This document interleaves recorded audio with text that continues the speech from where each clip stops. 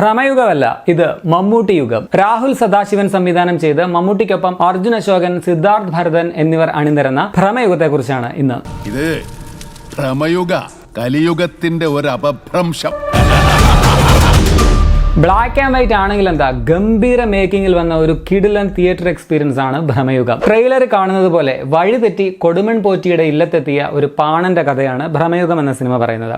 ഈ ഭയപ്പെടുത്തുന്ന അമ്മൂമ്മ കഥകൾ നിങ്ങൾ ചെറുപ്പത്തിൽ കേട്ടിട്ടുണ്ടെങ്കിൽ അതിന്റെ എക്സാക്ട് ദൃശ്യാവിഷ്കാരമാണ് ഈ സിനിമ. ബ്രില്യന്റ്, മാസ്റ്റർ ക്ലാസ്, വേറെ ലെവൽ ഹഡാർ ഐറ്റം എന്ന് തന്നെ പറയാം. സിനിമയുടെ ടൈറ്റിൽ എത്തുമ്പോൾ ഇന്റർവെൽ ബ്ലോക്കിന് തൊട്ട് മുമ്പ് അങ്ങനെ ഫസ്റ്റ് ഹാഫിൽ കുറെ ഇടത്ത് അവിടെ ഇവിടെയൊക്കെ ആയിട്ട് ഞെട്ടിപ്പിച്ച ശേഷം അവിശ്വസനീയമായിട്ടുള്ള ഒരു ക്ലൈമാക്സ്, ഗംഭീര വാവ് മൊമെന്റ്സ്, അങ്ങനെ പൂർണ്ണ തൃപ്തിയോടെ നിങ്ങൾക്ക് തിയേറ്ററിൽ നിന്നും കണ്ടിറങ്ങാൻ പറ്റുന്ന ഒരു സിനിമ. ഇന്റർവെൽ ബ്ലോക്കിൽ മമ്മൂക്കയുടെ ഒരു ഡയലോഗ് വരുന്നുണ്ട്, തനിക്ക് പോകാൻ അനുവാദമില്ല എന്നുള്ളത്. കുളിരങ്ങോട്ട് കോരും. മലയാളത്തിലെ ആധുനിക ഹൊറർ സിനിമകൾക്ക് ഒരു ബെഞ്ച് മാർക്ക് തന്നെയായിരിക്കും ഭ്രമയുഗം എന്ന ഈ ചിത്രം. മിത്തോളജിക്കൽ അല്ലെങ്കിൽ ഫോക്ലോർ ഹൊറർ ത്രില്ലർ എന്ന വിഭാഗത്തോട് സമ്പൂർണ്ണ നീതി പുലർത്തിയ ഒരു ചിത്രമാണിത്. അധികാരത്തോടുള്ള മനുഷ്യരുടെ ആർത്തിയും മതിഭ്രമ കാഴ്ചകൾക്കപ്പുറം ഈ സിനിമ സംസാരിക്കുന്നുണ്ട്. സ്ക്രിപ്റ്റ് തിരഞ്ഞെടുക്കുന്നതിൽ മമ്മൂട്ടിയെ കണ്ടു തന്നെ പഠിക്കണം മറ്റുള്ള നടീനടന്മാര്. ഒന്നിനു പിറകെ ഒന്നായിട്ട് ഇത്രയും മികച്ച സിനിമകൾ. എങ്ങോട്ടാണ് അദ്ദേഹത്തിന്റെ ഈ പോക്ക്? മമ്മൂക്ക അറ്റ് ഹിസ് ബെസ്റ്റ് എന്ന് പറയാം. അതിന്റെ ഒരു ഉത്തമ ഉദാഹരണമാണ് ഭ്രമയുഗം. അതും പെർഫോമൻസോ മലയാളത്തിൽ എന്നല്ല, എനിക്ക് തോന്നുന്നു ലോകത്ത് തന്നെ ഒരു നടനും ഇങ്ങനെ ഒരു റോൾ ചെയ്തിട്ടുണ്ടാവില്ല. ഇത് മമ്മൂക്കയ്ക്ക് മാത്രമേ ചെയ്യാൻ പറ്റുകയുള്ളൂ. ബെറ്റ് വേണമെങ്കിൽ വെക്കാം. എന്തോന്നായി ചെയ്തു വെച്ചേക്കുന്നത്. ഇതിന് മേലെ ആർക്കും ഈ കൊടുമൺ പോറ്റിയുടെ റോൾ ചെയ്യാൻ പറ്റുമെന്ന് എനിക്ക് തോന്നുന്നില്ല. എന്റെ മമ്മൂക്ക നിങ്ങളെ സമ്മതിച്ചിരിക്കുന്നു. അഭിനയ രാക്ഷസൻ എന്ന് തന്നെ പറയാം. മുത്തല്ല, നിങ്ങൾ മണിമുത്താണ്. ബലിഷ്ഠമായ ആകാരം, ശബ്ദഗാംഭീര്യം, ഒപ്പം അസാധ്യമായിട്ടുള്ള ചില എക്സ്പ്രഷൻസ് ഒക്കെ കൊണ്ട് മമ്മൂക്കയുടെ നടന വൈഭവം മാക്സിമം യൂട്ടിലൈസ് ചെയ്തൊരു സിനിമയാണ് ഭ്രമയുഗം. അദ്ദേഹത്തിന്റെ ചില ഫേഷ്യൽ എക്സ്പ്രഷൻസ് ഒക്കെ ഇനിയുള്ള കാലം ഇങ്ങനെ മീംസിലും അതുപോലെ സ്റ്റിക്കേഴ്സ് ഒക്കെ ആയിട്ട് വൻ ഫോളോയിങ് തന്നെ ഉണ്ടാകാൻ പോകുന്ന സകല ചാൻസും ഉണ്ട്. വേണമെങ്കിൽ എഴുതി വെച്ചോ. ഇനി മമ്മൂക്ക അവിടെ നിൽക്കട്ടെ, അദ്ദേഹത്തിന്റെ അഭിനയ ഭ്രമം നമുക്കറിയാവുന്നതാണ്. പക്ഷെ അർജുൻ അശോകനും സിദ്ധാർത്ഥ് ഭരതനും കൂടി എന്ത് ഭാവിച്ച, മൂന്ന് പേരും കൂടി ഒരു മത്സര അഭിനയം തന്നെയാണ് ഈ സിനിമയിൽ കാഴ്ചവെച്ചിട്ടുള്ളത്. അർജുൻ അശോകന്റെ റോള് ആസിഫ് അലി ചെയ്യാനിരുന്നതാണെന്ന് ഞാൻ കേട്ടിരുന്നു. അങ്ങനെയാണെങ്കിൽ അദ്ദേഹത്തിന് അതൊരു വലിയ നഷ്ടം തന്നെയാണ് ഈ സിനിമ എന്ന് പറയാം. വളരെ ചാലഞ്ചിങ് ആയിട്ടുള്ള ഒരു വേഷമായിരുന്നു. അത് കിടലനായിട്ട് അർജുൻ ചെയ്തു വെച്ചിട്ടുണ്ട്.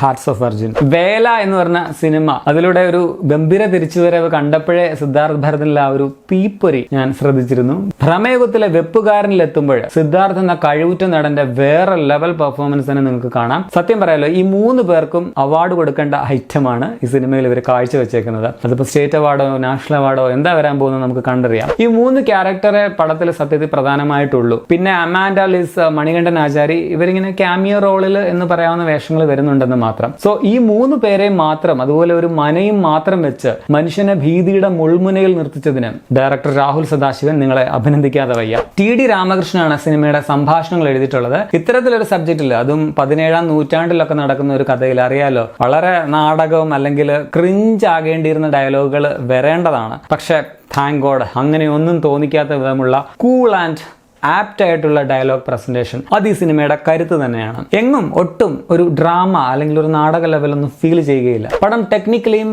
ടോപ്പ് നോച്ച് ആണ്. എടുത്തു പറയേണ്ടത് ഇതിന്റെ സൗണ്ട് ഡിപ്പാർട്ട്മെന്റ് ആണ്. സൗണ്ട് ഡിസൈനും അതുപോലെ ക്രിസ്റ്റോസ് സേവിയറുടെ പശ്ചാത്തല സംഗീതവും ഗാനങ്ങളും മികച്ചതാണ്. നല്ല സൗണ്ട് ക്വാളിറ്റി ഉള്ള തിയേറ്ററിൽ തന്നെ അതുകൊണ്ട് ഈ പടം കാണണം, ഞെട്ടിപ്പിക്കും. സിനിമയിൽ ഉപയോഗിച്ച ഒരു ഒന്ന് രണ്ട് പാണൻ പാട്ടുകളുണ്ട്, എല്ലാം കിടുവായിരുന്നു. അതെനിക്ക് തോന്നുന്നു പാടിയിരിക്കുന്നത് സംഗീത സംവിധാനം തന്നെയാണെന്ന് തോന്നുന്നു. എനിക്ക് ഡൗട്ട് ഉണ്ട്.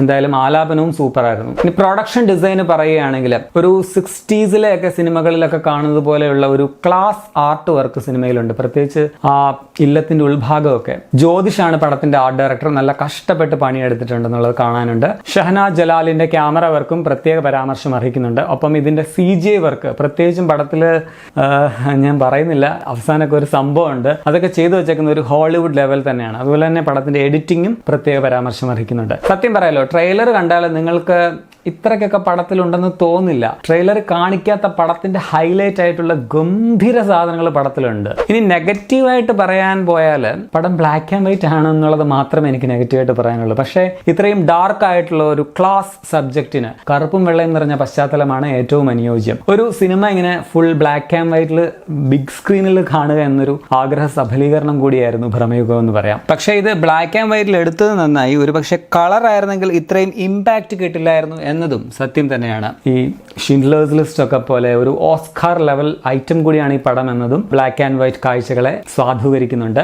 എന്നാലും ഇതൊന്ന് കളറിൽ കാണാൻ ഞാൻ പേഴ്സണലി ആഗ്രഹിക്കുന്നുണ്ട് കേട്ടോ. എന്തായാലും മലയാള സിനിമയെ ഒരു ഇന്റർനാഷണൽ ലെവലിലേക്കാണ് രാഹുൽ സദാശിവൻ ഉയർത്തിയിട്ടുള്ളത്. ഈ സിനിമയ്ക്ക് ഞാനൊരു 4.5 ഔട്ട് ഓഫ് 5 റേറ്റിംഗ് തന്നെ നൽകി. ഇതൊരു മാസ്റ്റർ പീസ് ആണ് എന്ന് തന്നെ പറയും. തീർച്ചയായിട്ടും തിയേറ്ററിൽ തന്നെ പോയി എക്സ്പീരിയൻസ് ചെയ്യേണ്ട ഒരു സിനിമയാണ്. ഒരിക്കലും നിങ്ങൾ മിസ്സാക്കരുത്. വലിയ വിജയം അർഹിക്കുന്ന ഒരു സിനിമയാണ്.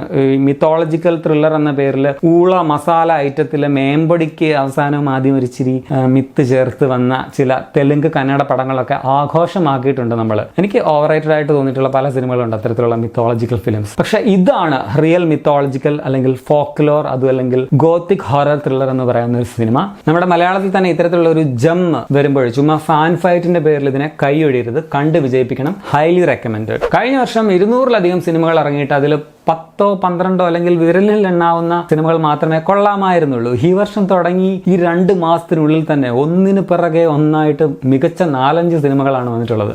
മലയാള സിനിമ രക്ഷപ്പെട്ടു തുടങ്ങി മോനെ.